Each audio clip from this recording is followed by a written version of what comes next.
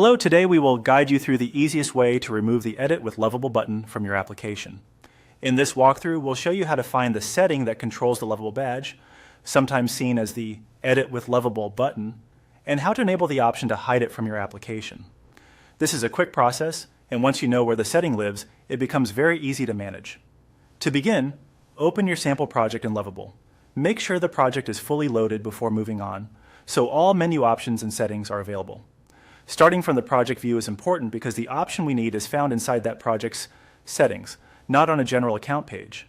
Once the project is open, go to the top left corner of the screen and click the drop-down menu. This menu gives you access to key project options, including configuration and settings. If you don't immediately see the item you need, just give the menu a moment to fully expand. From that drop-down, click on Settings. This will take you into the Project Settings area, where you can manage different behaviors and visibility options for your app.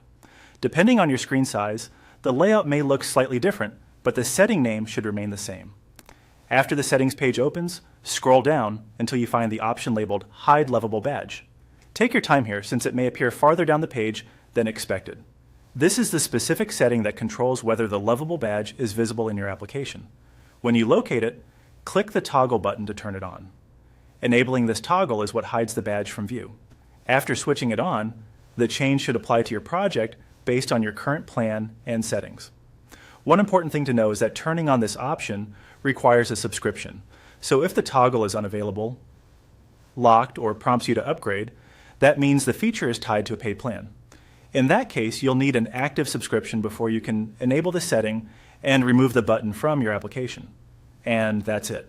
You've now seen exactly where to go, what to click, and what requirement is needed to hide the Edit with Lovable button.